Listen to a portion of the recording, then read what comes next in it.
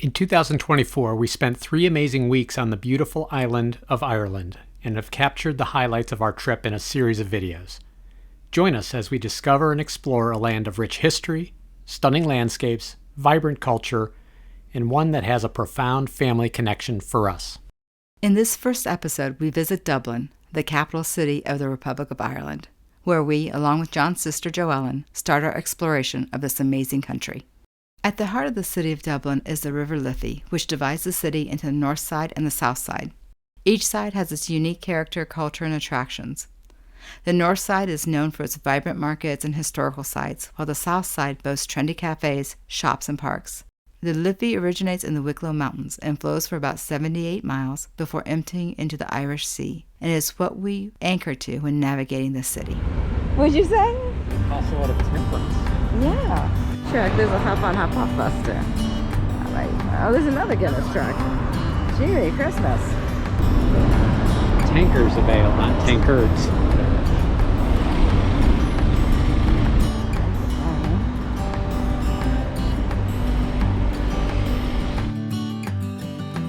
Just north of the river is Smithfield Square, a trendy area where we stayed in an Airbnb. We found everything we needed from grocery stores, restaurants, cafes, and pubs in the square, and found it to be an extremely convenient place to stay. There was a stop for the hop-on, hop-off bus tour near our apartment. We took advantage of this the next morning and got an overview of Dublin. The driver of the bus, Robbie, was also our narrator. He was very informative and entertaining as we rode through the city. To the left is the street. The street has been about 3/4 of the way to left and right.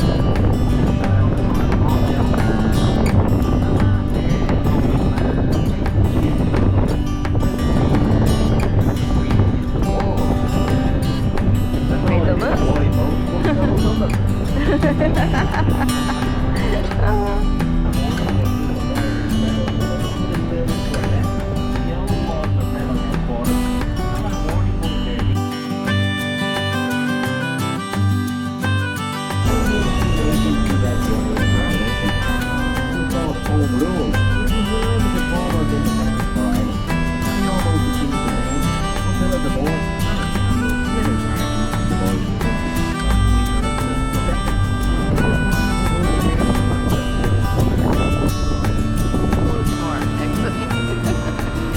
Something. I'm trying to say something.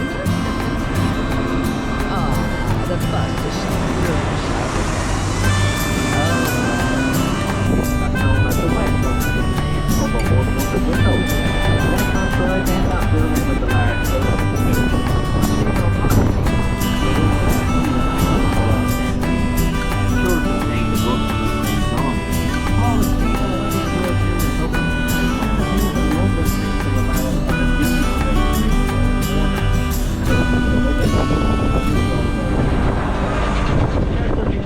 to commemorate Arthur Wellesley, the Duke of Wellington. And he was an Irishman who went on to become the Prime Minister of England at number 15 Usher's Island. Now, because the bridge, folks, is named after one of Dublin's most well-known writers. got it.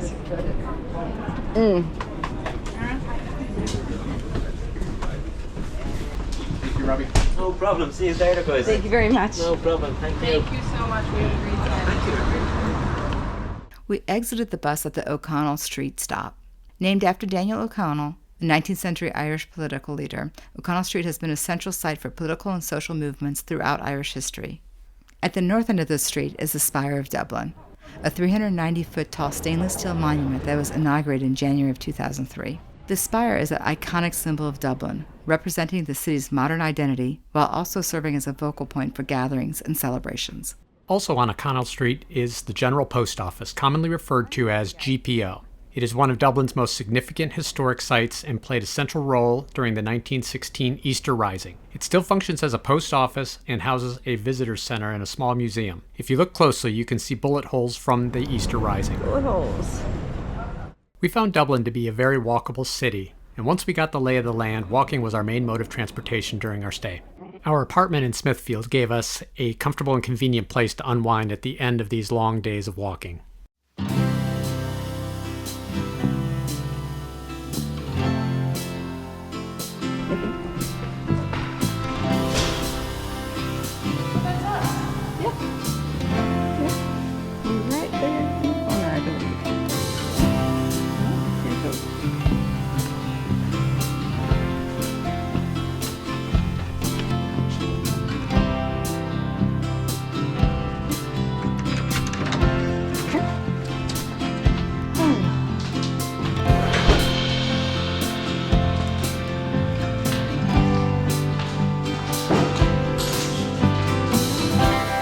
Also in Smithfield Square, directly across from our apartment, was Jameson Distillery, one of the hottest attractions in Dublin. We booked a tour and tasting to check it out. It's cool. There is a gift shop as well, so it's a funniest gift shop.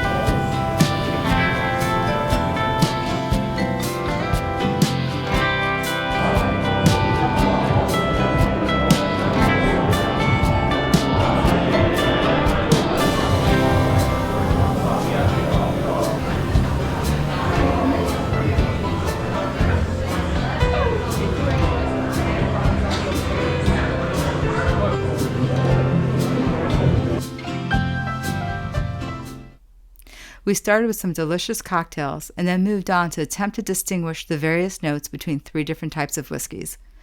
It was a great time and led by a truly knowledgeable guide. The next morning, we decided to cross the River Liffey to explore the south side of Dublin. We crossed at one of the city's most iconic bridges, the Halfpenny Bridge.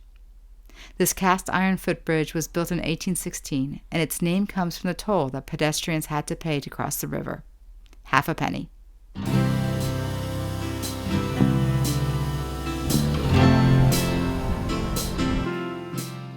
Situated just south of the River Liffey, Temple Bar is bordered by Dame Street, Westmoreland Street, and the river. In the past, bar referred to a barrier or a gate that enclosed a market area. Temple Bar was originally a marketplace where traders and merchants would gather to sell their goods. Today, it's famous throughout the world for its nightlife and a hub for hen and stag parties.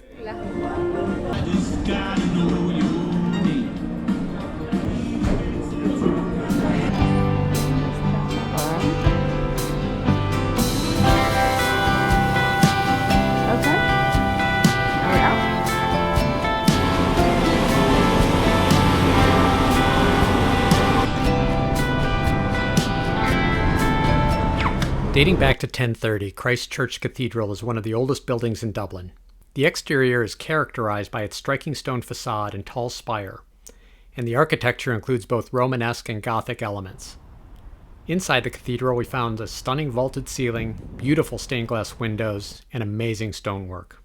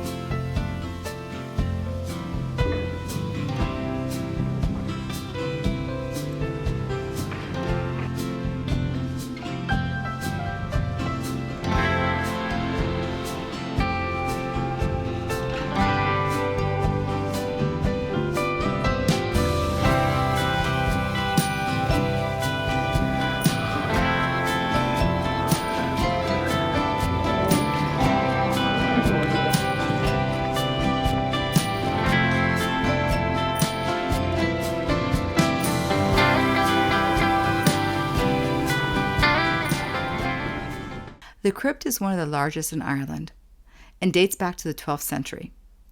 It houses several artifacts, including the tomb of Strongbow, the Norman conqueror of Ireland.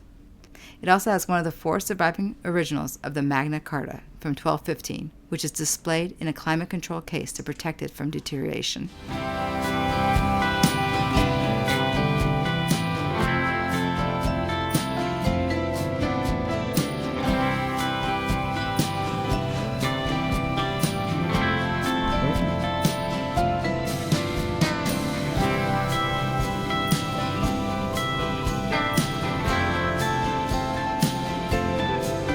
One of the more macabre displays in the crypt is that of the mummified remains of a cat and a rat that were found during renovations to the church's organ in the 1870s. It's been speculated that the rat jumped into the organ to escape the cat, and the cat followed, and they both perished and were mummified due to a lack of oxygen. Poor kitty was just doing its job, damn rat.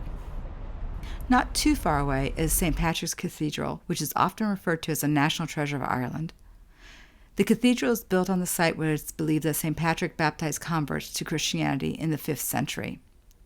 Built in 1191 in the Gothic style, the cathedral has stunning flying buttresses, pointed arches, and intricate stone carvings.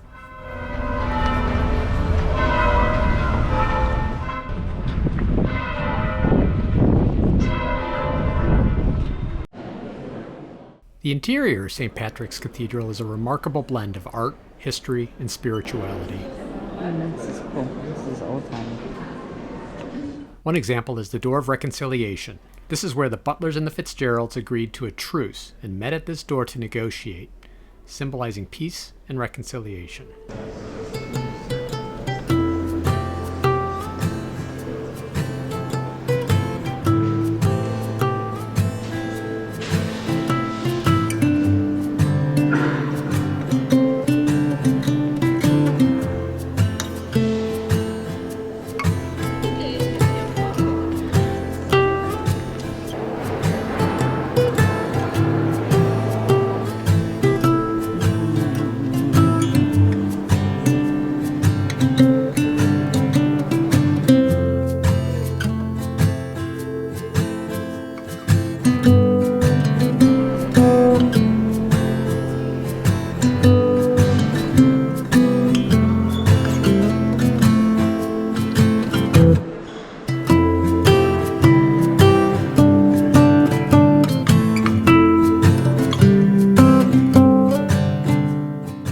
We spent a fair amount of time at the cathedral, checking out the stained glass windows, the elaborate organ, all the amazing displays about historical figures.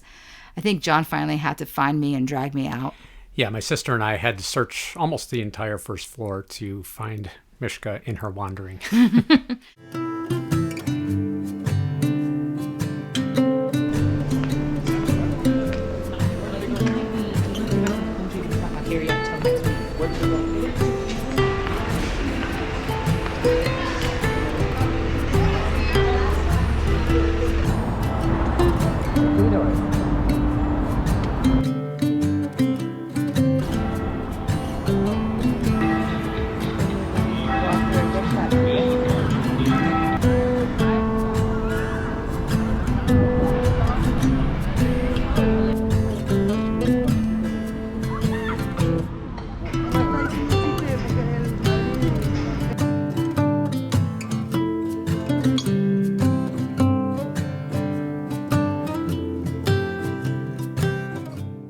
On our way to Trinity College, we happened to pass by the famous statue of Molly Malone with her wheelbarrow.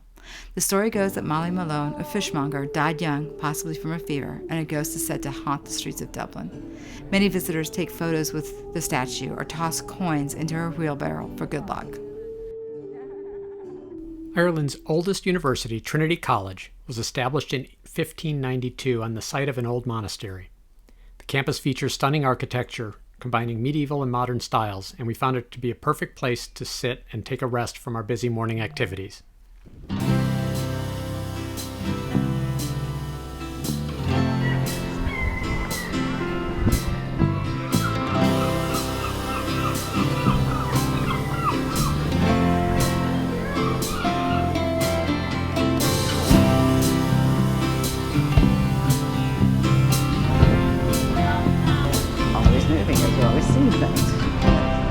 So I need to figure out a way to fix that. I like walking with a destination. After a brief rest on the college yard, we headed to St. Stephen's Green to meet up with our cousin Kathy. St. Stephen's Green is one of Dublin's most famous and picturesque public parks, offering a beautiful green space in the heart of the city. Into the woods, always into the woods. The park features beautifully landscaped gardens, tree-lined pathways, and a large central pond. It is designed in a Victorian style with a mix of formal and informal elements.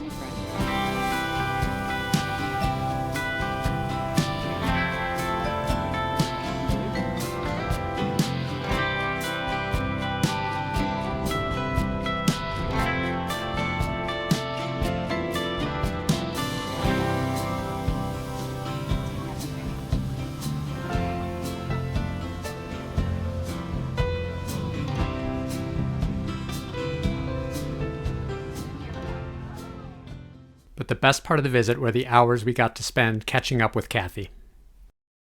The next morning, we put on our rain jackets and walked down to the Great Famine Memorial, which is a poignant tribute to the victims of the Irish potato famine.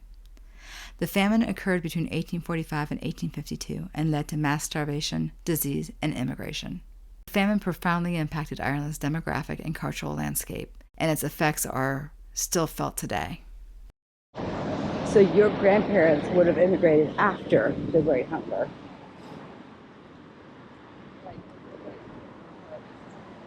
Yeah, mid-1800s, 1840 to 60-ish, roughly.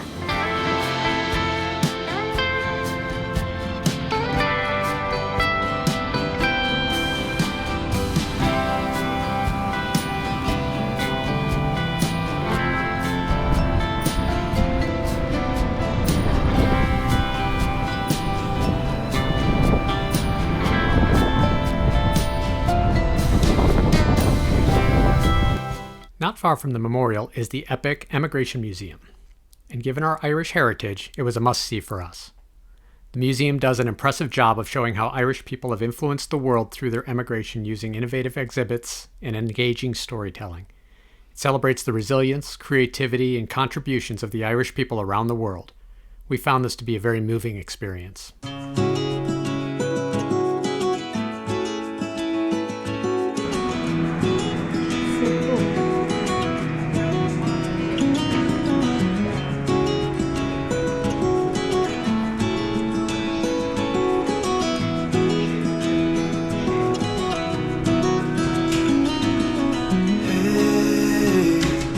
You want to leave this place where we grew up, this old town, just put it all behind. Remember you and I would always find somewhere to hide when we were kids, so we could see and hear the water run. The river's gonna cry when you're gone.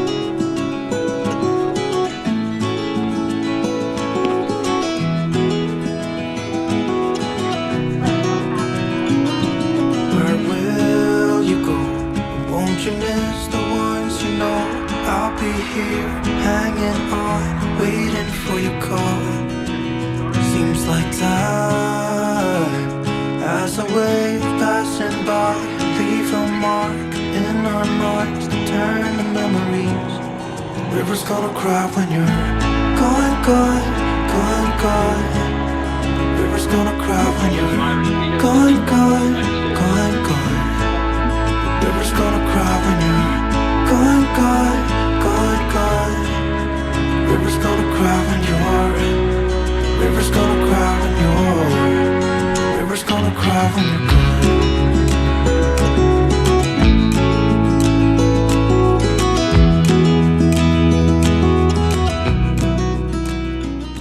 After a full day of sightseeing, we were ready for a change of pace, and luckily we had booked advance tickets to the Guinness Storehouse. Here we learned all about the brewing process of this iconic stout and learned that what they say is true. Guinness is much more delicious when you drink it in Dublin than anywhere else in the world.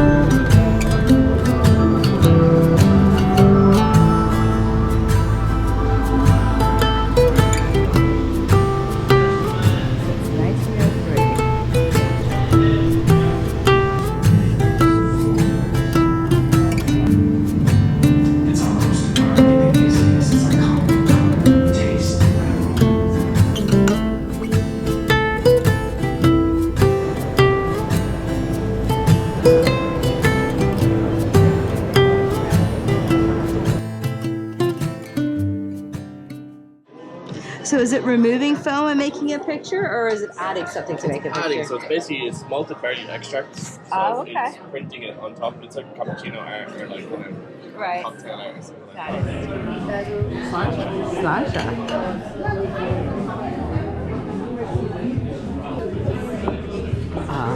Hey, my face is mostly still there. After our tour at the Guinness Storehouse, we headed over to Cobblestone, where we were finally able to get some seats and listen to some traditional Irish music and have another pint. Or two.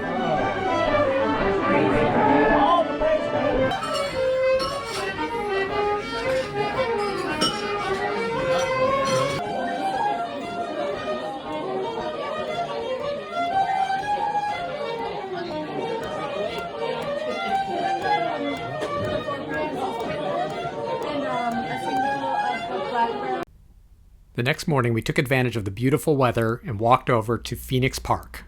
Established in 1662 as a royal hunting ground, the park was originally designed for the recreation of the Anglo-Irish nobility, but was open to the public in the 18th century. One of the main features of the park is a tall obelisk commemorating the Duke of Wellington. Duke of Wellington was the hero of the Battle of Waterloo, where he led the coalition forces against Napoleon. Another notable landmark at the park is the magazine, which reflects the historical military presence in Dublin. Built in 1735, the magazine was originally constructed to store ammunition and gunpowder for the British Army. Today, visitors can only view the structure from the outside.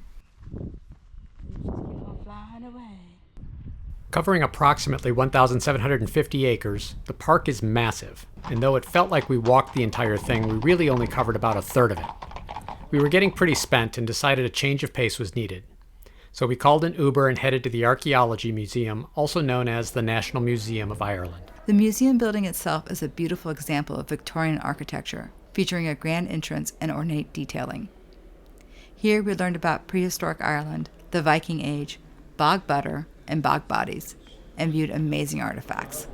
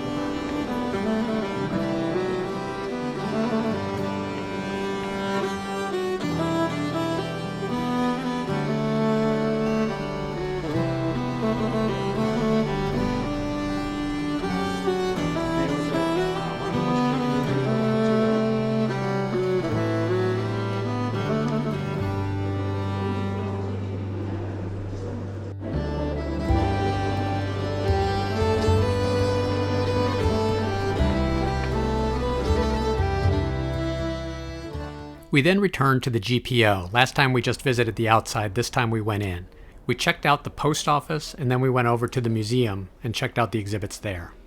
The museum is organized into different segments, each focusing on various aspects of the GPO's history, including its architectural significance, the role of the Postal Service in Irish culture, and the events of 1916, the Easter Rising.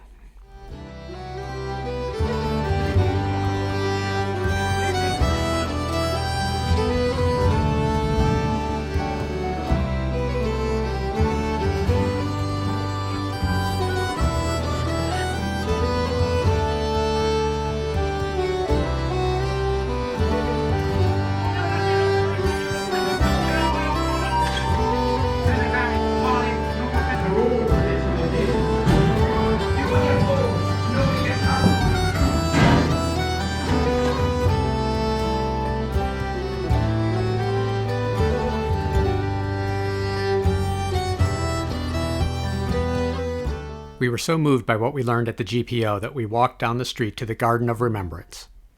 Opened in 1966, it was created to commemorate the 50th anniversary of the 1916 Easter Rising and honors all of those who fought for Irish freedom throughout history.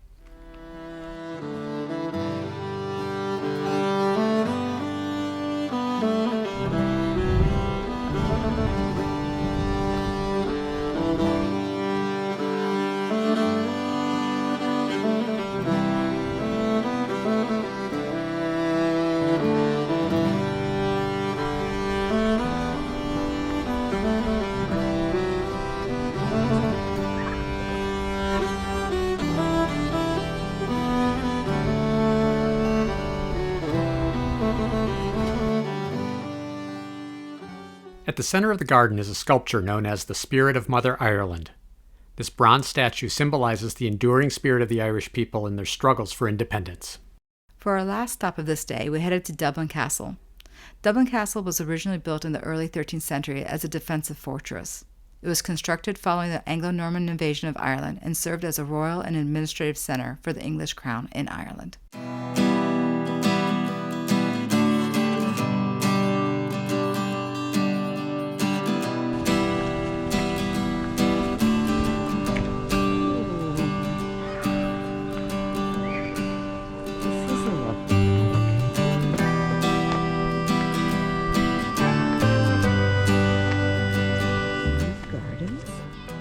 We came across the Dublin Castle gardens and decided to take a break on a park bench.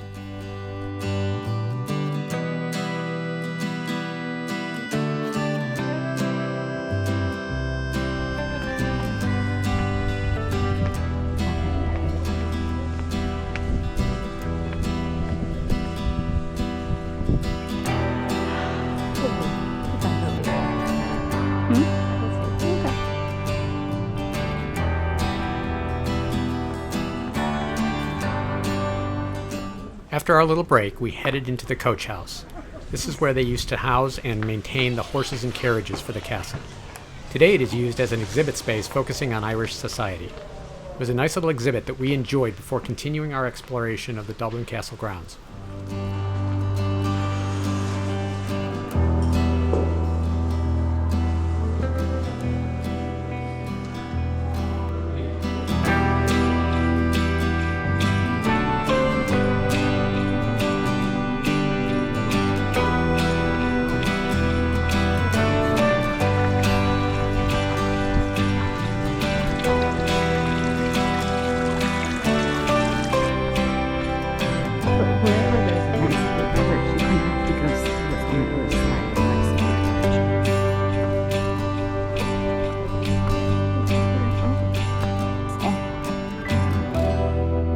No, it's okay.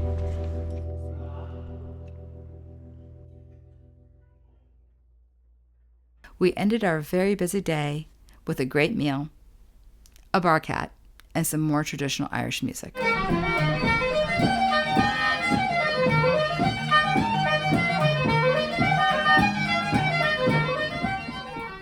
Join us in our next episode where we venture out of Dublin for a couple of day trips, including driving on the wrong side of the road.